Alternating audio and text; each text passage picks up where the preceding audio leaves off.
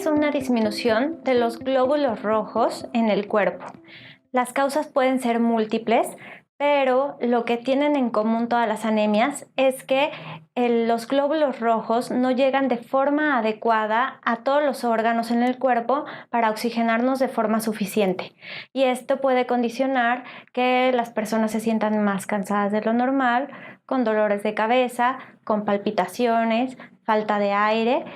Y el tratamiento debe de enfocarse principalmente a la causa de la anemia, que como mencioné previamente, tiene múltiples causas.